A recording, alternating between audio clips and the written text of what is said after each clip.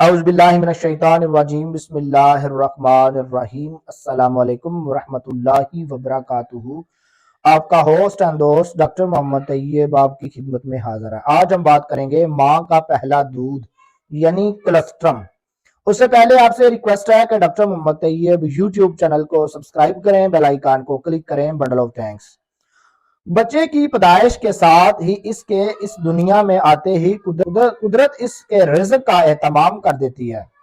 ماں کی چھاتیوں میں دودھ کی نہریں بہنے لگتی ہیں۔ دودھ کے اترنے کے ساتھ ہی جو ابتدائی دودھ آتا ہے وہ خاص قسم کا ہوتا ہے اور اسے کولسٹرم کہتے ہیں۔ یہ کولسٹرم تقریباً 2 دن تک آتا رہتا ہے۔ قدرے زردی مائل دودھ جیسی رطوبت ہوتی ہے۔ اصل میں یہ قدرت کی طرف سے بچے کے لیے خاص عطیہ ہے۔ اس کو پینے سے بچے کا پیٹ صاف ہو جاتا ہے اور کسی مصنوعی غنی کی ضرورت پیش نہیں آتی۔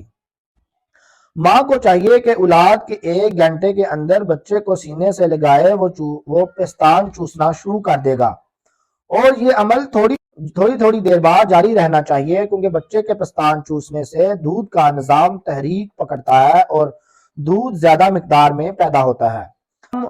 علم مائیں یہ کولسٹرم ضائع کر دیتی ہیں۔ جب تک نارمل دودھ نہ اترے بچے کو دودھ نہیں پلاتی۔ ایسا ہرگز نہ کریں، اس کو کولسٹرم کو ضائع نہ کریں، یہ بہت مفید چیز ہے۔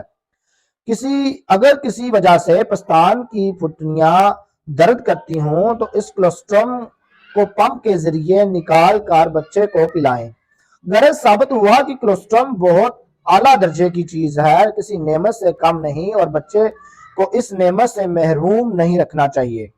حقیقت میں یہ کولسٹرم قدرت کی طرف سے ایک نظام کا حصہ ہے کہ ولادت کے بعد بچے کو نارمل دودھ کی بجائے ضرورت ہی کولسٹرم کی ہوتی ہے۔ تو اگر قدرت کی یہ منظور ہے کہ پیدائش کے بعد بچہ دودھ کی بجائے کولسٹرم پیے تو ہم کو قدرت سے اس نظام میں مداخلت نہیں کرنی چاہیے، کیونکہ اللہ تعالیٰ بہتر جانتا ہے کہ بچے کے لیے زیادہ مفید کیا ہے۔ قدرت کے ساتھ چلنے میں ہی بلائی ہے۔ قدرت سے انحراف بیماریوں کو دعوت دینے کے مترادف ہے۔